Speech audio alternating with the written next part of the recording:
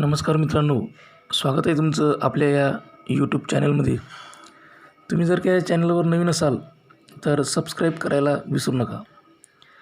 मित्रांनो, आज आपण बघणार आहोत वर्ग 12वा विषय इंग्रजी चॅप्टर 1.2 ऑन सेईंग प्लीज यामधील ब्रेनस्टॉर्मिंग. त्यातील A6 आपण बघणार आहोत.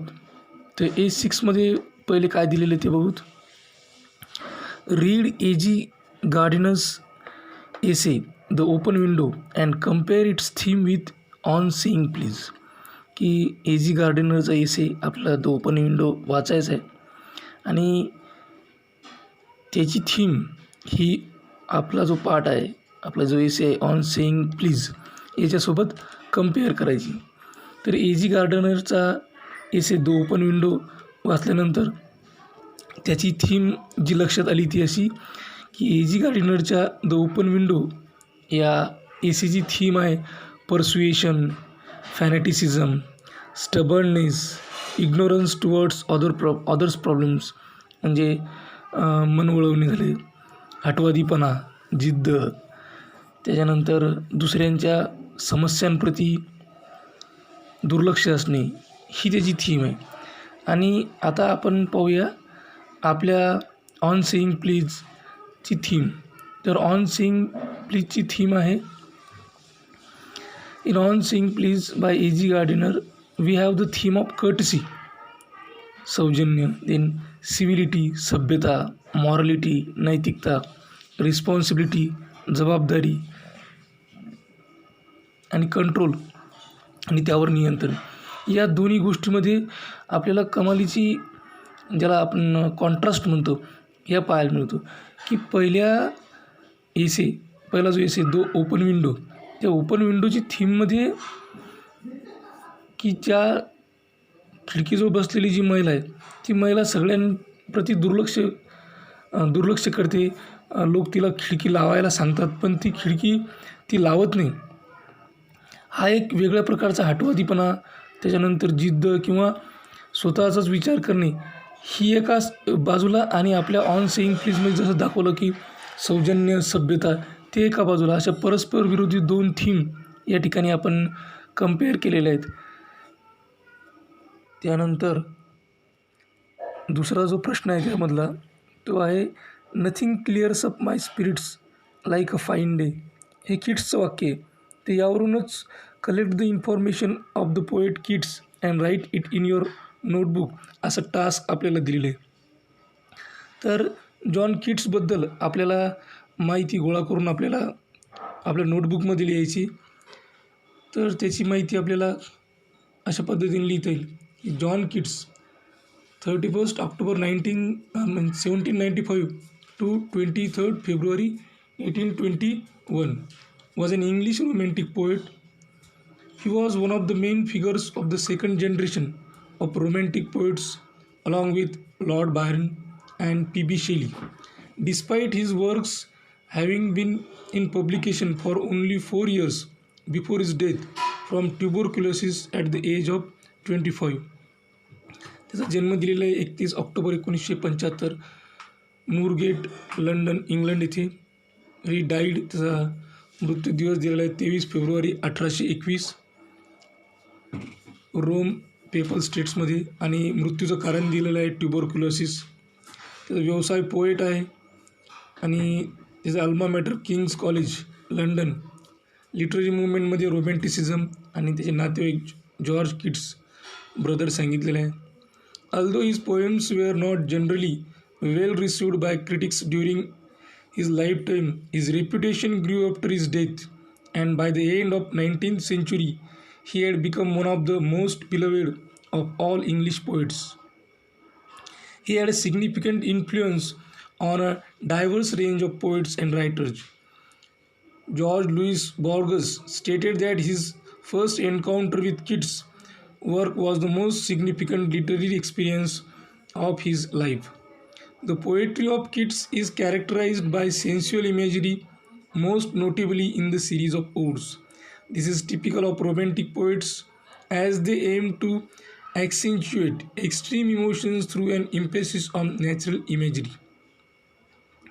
Today, his poems and letters are some of the most popular and most analyzed in English literature. Some of the most acclaimed works of Keats are Ode to Nightingale, Sleep and Poetry, and the famous sonnet on first looking into Chapman's Homer. Biography बघू त्यांची आपण. Early life. John Keats was born in Moorgate, London on 31st October 1795 to Thomas Keats and his wife Frances Jennings.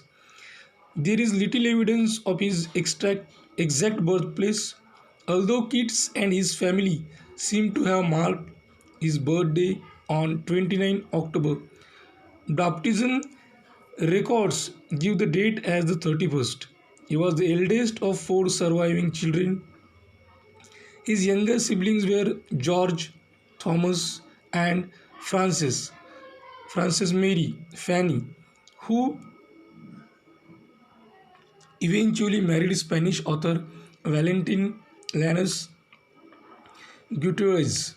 Another son was lost in infancy. His father first worked as hostler at the stables attached to Swan and Hoop Inn, an establishment he later managed and where the growing family lived for some years. Keats believed that he was born at the inn, a birthplace of humble origins, but there is no evidence to support his belief. The Globe pub now occupies the site, 2012, a few yards from the modern day Moorgate station. He was baptized at St. Botolph without Bishopsgate and sent to a local dame school as a child. His parents were unable to afford Eton or Harrow, so in the summer of 1803 he was sent to board at John Clark's School in Enfield, close to his grandparents' house. The small school had a liberal outlook and a progressive curriculum more modern than a larger, more prestigious schools. The family atmosphere at Clark's Keats developed an interest in classics and history, which would stay with him throughout his short life. The headmaster's son, Charles Cowden Clark, also became an important mentor and friend, introducing Keats to Renaissance literature, including Tasso, Spenser, and Chapman's translation. The young Keats was described by his friend Edward Holmes as the volatile character, always in extremes, given to indolence and fighting. However, at 13, he began focusing his energy on reading and study, winning his first academic prize in Midsummer 1809. तर हा प्रवास आहे, बराचसा प्रवास आहे किट्सचा. तर किट्सने लिहिलेले काही महत्त्वाचे वर्क आपण या ठिकाणी बघू. अशी बरीचशी माहिती आपल्याला विकिपीडियावर जॉन किट्सबद्दल अवेलेबल आहे, ती आपण लिहू. पण आपल्याला जे महत्त्वाचं आहे की त्याचा जो बर्थ, त्याचा जन्म, त्याचा मृत्यू, त्याचं जे कार्य आहे, त्यानंतर त्यानं लिहिलेले जे पुस्तकं वगैरे आहेत, त्यांनी लिहिलेले ज्या गोष्टी आहेत त्याही पाहणं अत्यंत आवश्यक आपल्याला या ठिकाणी आहे. किंवा कशा पद्धतीनं येणं, म्हणजे भरपूर माहिती आहे विकिपीडियावर. जॉन किट्स जर आपण टाईप केलं गुगलवर आणि त्यांच्याबद्दल जर का माहिती मिळवण्याचा प्रयत्न केला तर खूपशी माहिती आपल्याला या ठिकाणी पाहायला मिळते. तर अशा पद्धतीनं भरपूर त्यांची माहिती आहे. तर जॉन किट्सचं जे वर्क आहे, त्यांचं जे लिखाण आहे ते पाहणं महत्त्वाचं आहे. आपल्याला ज्या ठिकाणी माहिती गोळा करायला सांगितलेली तर त्यांचं जे जीवन आहे आणि त्यांच्याबरोबर त्यांचं जे साहित्यिक कार्य आहे तेच आपल्याला महत्त्वाचं आहे. वर्कमध्ये बघूया की किट्स पोएट्री अँड प्रोज, त्यानंतर जॉन किट्स, एड सुसान वुल्फसाहेब लॉंगमॅन, नंतर selected letters of John Keats, त्यानंतर जॉन किट्स पोएट्री मॅन्युस्क्रिप्ट्स, त्यानंतर complete poems, the poems of John Keats, the letters of John Keats, the complete poetical work of John Keats आणि complete poetical works and letters, असं बरंचसं साहित्य त्यांनी आपल्या ह्याच्यामध्ये लिहून कार्यकाळामध्ये लिहून ठेवलेलं आहे. तर अशी माहिती आपल्याला गुगलवरून जॉन किट्स विकिपीडियावरून ही माहिती आपल्याला प्राप्त होते. मित्रांनो, हा व्हिडिओ अत्यंत काळजीपूर्वक पाहिल्याबद्दल धन्यवाद. थँक्यू. Thanks a lot.